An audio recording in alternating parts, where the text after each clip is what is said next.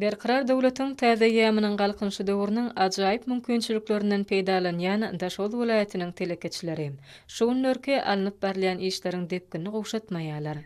Zemin açary hususy kärhanasynyň telekeçilerim häzirki wagtda gaýratly zähmet çekýärler. Welaýatyň Agty Petrawynyň paýtaçylyk geňeşliginiň çäginde ýerleşýän Böyük ýyladyşhanada ornaşdyrylan häzirki zaman ösen kemil enjamlar ýyladyşhananyň zähmetseger işgärleriniň ýokary hasyl almaklaryna mümkinçilik berýär.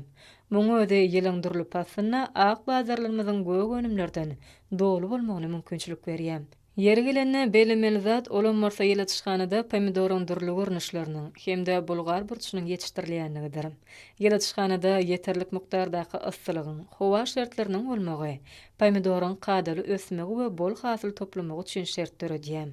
Toy saçaklarynyň, nazy nygmatlarynyň ýylyň durly pasyna şeýle ajaýyp önümler bilen üstüniň ýetirilýändigi gowunarçy ýagdaýdyr. Hususy kärhanada pomidoryň bereketli hasylynyň ýetişdirilmegi üçin ähli mümkinçilikler we şertler döredilýär.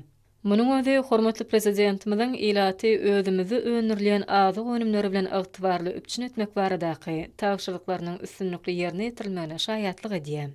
Ýokumly ekologiýa taýdan arasy bu önümleň xarydarlary bolsa hemişe-de ýeterlikliler.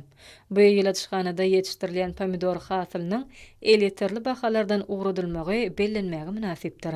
Gözetimlere uzalyp gidýän pomidor hatarlaryny synlanynda bu ýerdäki hünärmenleriň zähmetiniň ýerine düşýänini görýärsiň. Olar ýyladyşhanada ornaşdyrylan kemil enjamlar, desgalar, kompýuterler arkaly işlemeklerin kemil usullaryny ele alýarlar.